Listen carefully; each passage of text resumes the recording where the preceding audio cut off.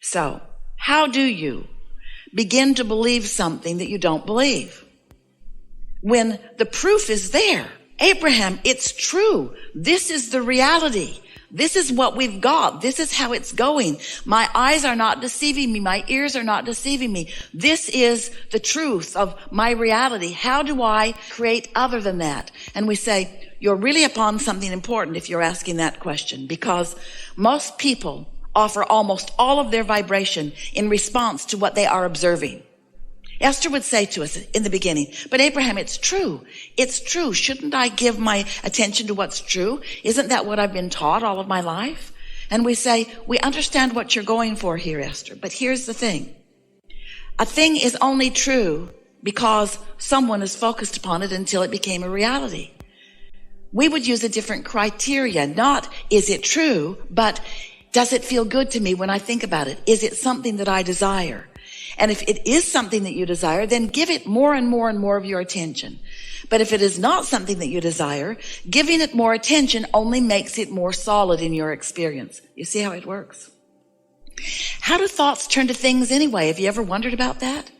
Do you see any pipelines trucking in new fuel from other planets? New mines are being dropped from the sky? How is it? How is it that thoughts are turning to things? Thoughts are turning to things through focus and reception and response to that reception. That's how thoughts turn to things. That's how your economy evolves. That's how everything evolves. That's how the cells of your body evolve.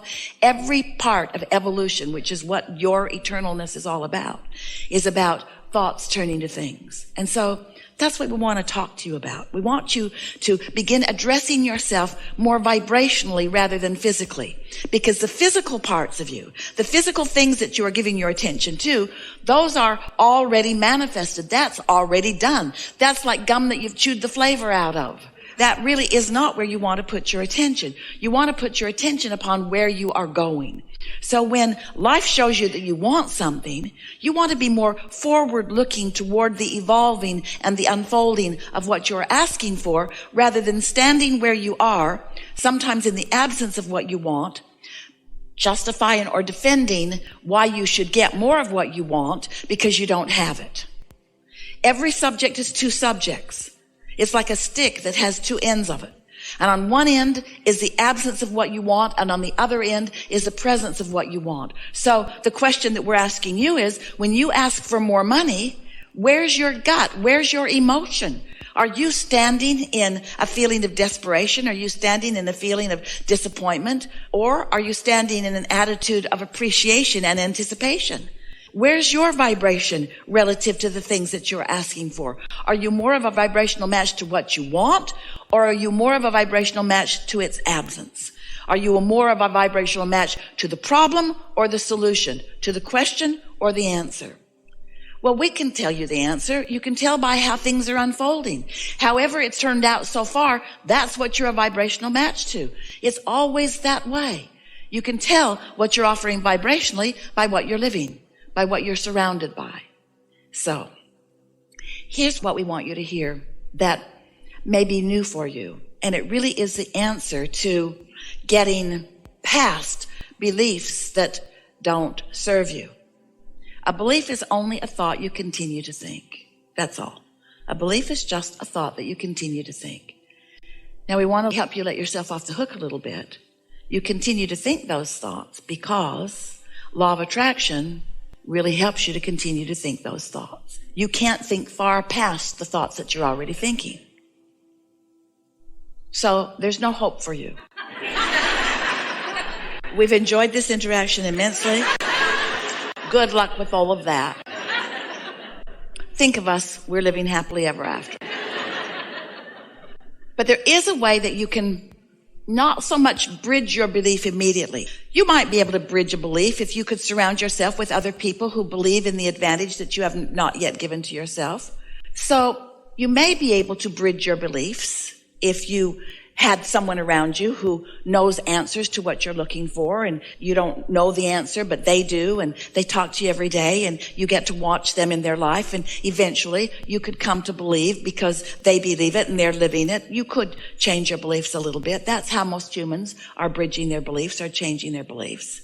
But there's a much easier way. So we have some questions for you before we give you this important thing, the answer to all your hopes and dreams. Do you accept that you are more than this physical personality that you know as you? Yes. So if this inner being exists, and we promise you your inner being does exist, and since your inner being does exist and your inner being is standing in complete knowing of what you're asking for, in other words, knowing, seeing the vibrational version of it, and knowing that this vibrational version, just like a seed in the ground, can grow to the full manifestation that you're looking at. The seed to the abundance you're looking for, the seed to the physical wellness, the seed to the relationships that you want, the seeds to all things that you have been asking for.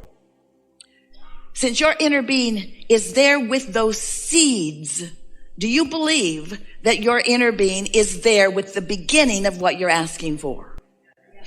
And do you understand that now you've got to do something about letting this vibrational version be realized by you? Your inner being doesn't have the right or the wherewithal to assert anything into your experience. You got to sync up with it. So you have to become a believer of the vibrational reality before the vibrational reality can come into your experience. We wrote a whole book about it, a couple of books about the vortex and about how everything you want is there. And so many of you followed us to a certain point, but it became annoying to you. All right, Abraham, I get it. Everything I want's in the vortex, and you want me over there at the doorway of my vortex so that I can get what's in there. But just tell me one thing, Abraham. How do I get the money out of the vortex and into the bank?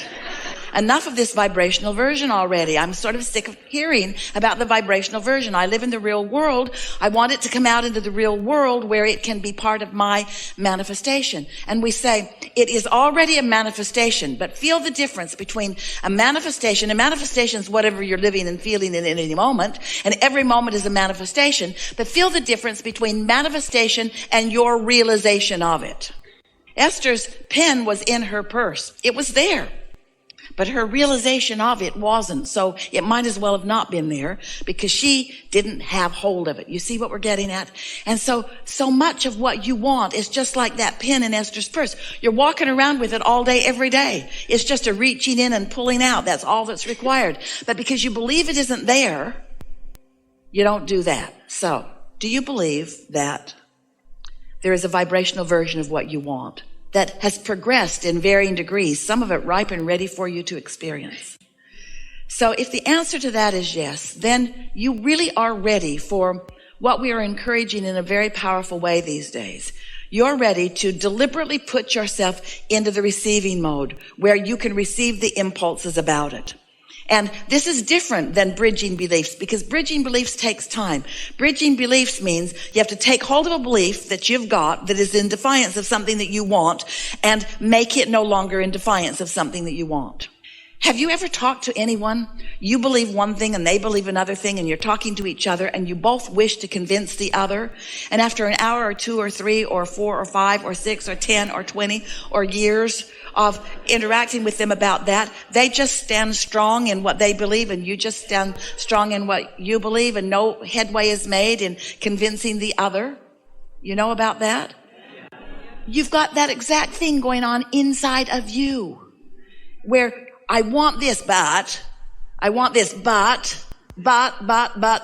you've got beliefs that keep your desires from being realized by you, and it's unnecessary. So what do you do about it? Do you want to argue with yourself for hours or weeks or months or years? Or would you like a suggestion for a much simpler route? Yes. We thought you'd say that. When you quiet your mind, you stop all thought. And when you stop all thought, all beliefs, ooh, you're really going to like this. So we're going to start in a different place because we really want you to hear this. Imagine a cork floating on the water. And let's just say that this up here on this surface is alignment with your source, pure positive energy. Now you can hold that cork under the water, and let's call that negative emotion. Let's call that beliefs that don't serve you. But when you let go of it, it's going to bob right back up there to the surface. So when you meditate and you quiet your mind, you bob back up to the surface. And when you bob back up to the surface. When your vibration rises because you're not holding it down with things that your inner being knows are not true. When hatred and fear are disengaged, and in their absence, you just move right back up into the natural love and pure positive energy that is you. That's what we call the receiving mode, which means now you are at the doorway of your vortex. Now, in that absence of contradictory beliefs, the beliefs of your inner being are dominant. In fact, they are only. When you meditate and quiet your mind and allow your vibration to rise, now you are only the frequency of your inner being. Now think about what we've been talking about already here today. So here's your inner being and this vibration, and here's you and this vibration, and everything you feel is about the mix of that. If you are in tune with your inner being, you feel wonderful. If you're not, you feel less wonderful to varying degrees, all the way over to awful. But when you meditate and quiet that part of your vibration, and your vibration rises, now you are at the doorway of your vortex. Now you are in the receiving mode. Now what your inner being knows about everything, and what your inner being knows mostly about is you, now it is your knowledge too. And so now ideas begin to flow to you through your path of least resistance. So when you are in meditation and a thought comes to you, that thought is a thought worth listening to, because it's not from this receptive mode of fear. It's from this receptive mode of knowing who you are, what you want, what's in your vortex, what's already been allowed by you to play out. Your inner being knows where you stand in relationship to everything you want, and knows your path of least resistance to guide you to it. Isn't that nice? So you're at the doorway of your vortex, and you might not be ready yet to translate into words like Esther is doing here, but you'll receive impulses, maybe an impulse to do something or an impulse to call someone. But then you're going to get back into your day. And as you get back into your day and you start observing what's going on in your day, you're probably going to reintroduce more resistance back into your experience. So the closer to meditation, the more likely you are to more clearly receive the answers that you've been listening for. The further into the day you get, the more you're going to start behaving like you usually do. But can you feel how, after a few days of this, or weeks of this, or even years of this, where you quiet your mind and tune to the frequency of who you are, that you could become more guided by that broader perspective? Esther's been asking herself a lot. Now, she's been receiving us since 1985. That's a long time.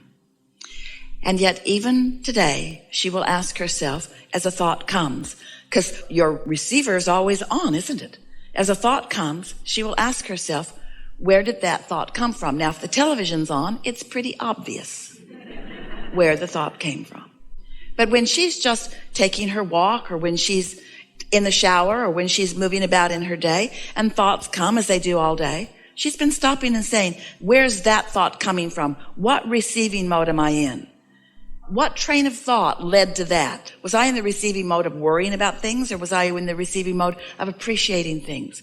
And in time, you will come to realize that you have a very broad view helping you out. You have infinite intelligence adoring you and upstream and aware of you and everything that is important to you. Esther has a friend, he's a minister, and he said, I've prayed to God all my life, and it seems like whenever I pray, he's out to lunch. Well, we want you to know that that is never true. It's just sometimes you're not in the receiving mode and you cannot hear. You can't receive the impulse that will lead to this, which will lead to this, which will lead to this, which, by the way, is the happily ever after journey that we keep talking about. So there. Now you know, and we know that you know, we can feel that you accept that there is this vibrational reality. And now perhaps you have a different relationship with that vibrational reality than you've had before.